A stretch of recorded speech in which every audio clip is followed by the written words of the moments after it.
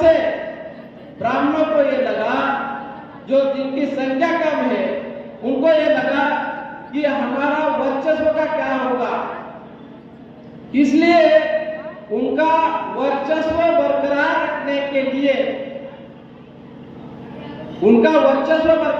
के लिए उन्होंने क्या किया, 2004 में ईवीएम लाया।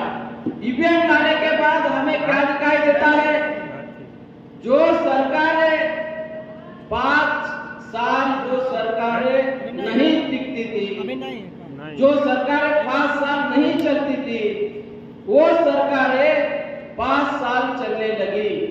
2004 5 साल सरकारें चली। 2009 में 5 साल सरकारें कंटिन्यू चली, स्थिर सरकार।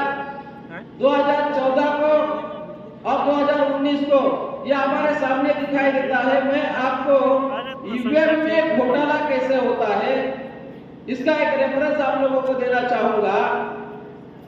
2004 में घोटाला हुआ, 2009 में घोटाला हुआ, इसके सारे सबूत अवेलेबल है। 2014 और 2019 की बात यहां पर मैं करना चाहूंगा।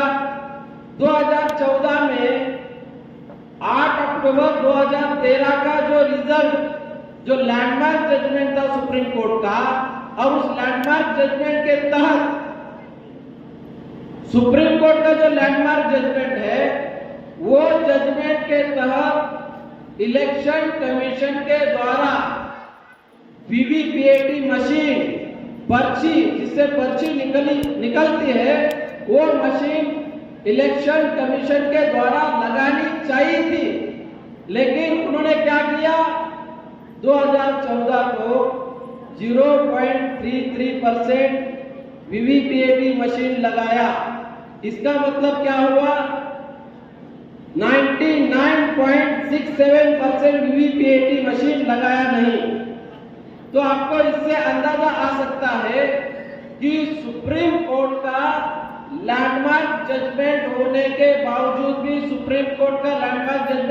बावजूद भी इलेक्शन कमीशन ने मनमानी करके चुनाव किए और चुनाव करके बीजेपी को जितवाया। लैंडमार्क जजमेंट में, जो लैंडमार्क जजमेंट है, उसको मेन स्ट्रीम मीडिया ने, जो इलेक्ट्रॉनिक मीडिया है, जो प्रिंट मीडिया है, भारत की जनता को ये बताने का प्रयास नहीं किया कि उसमें क्या लिखा है। जो सुप्रीम कोर्ट का जो जजमेंट है वो काफी महत्वपूर्ण जजमेंट है। ये भारत की जनता को इसके बारे में जानकारी नहीं है। अब 2014 को इलेक्शन होने के बाद, रिजल्ट डिक्लेयर करने के बाद 9 लाख ईवीएम मशीन को 9 लाख ईवीएम मशीन को इलेक्शन कमीशन के द्वारा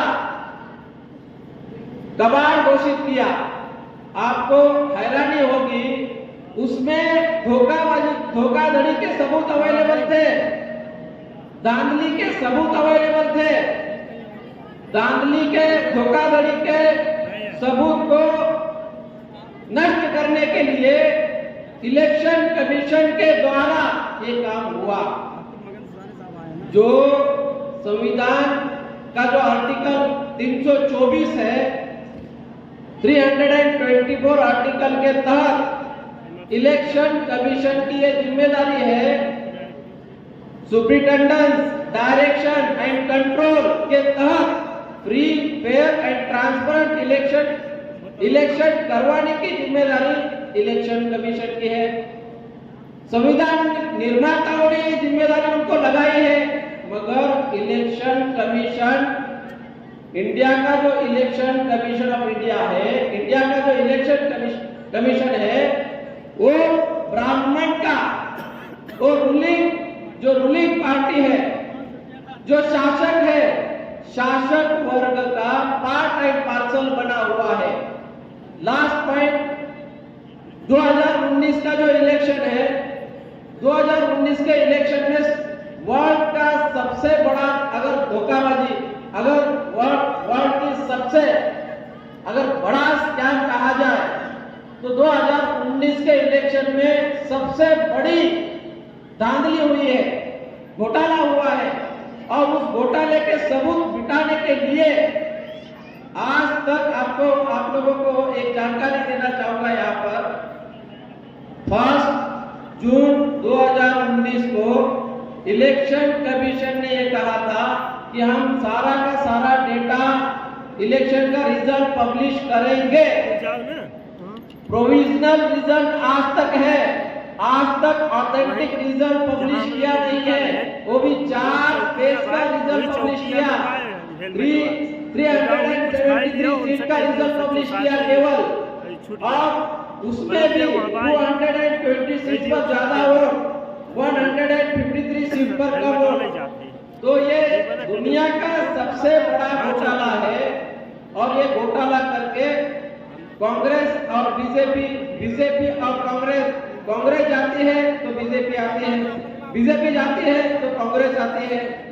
तो इस तरह से इंडिया में जो बहुजन समाज का जो रिप्रेजेंटेशन होना चाहिए था पॉलिटिकल स्ट्रक्चर में, पॉलिटिकल हस्तक्षेप जो हो रहा था हमारा, उसको पूरी तरह से रोक लगा दी गई है।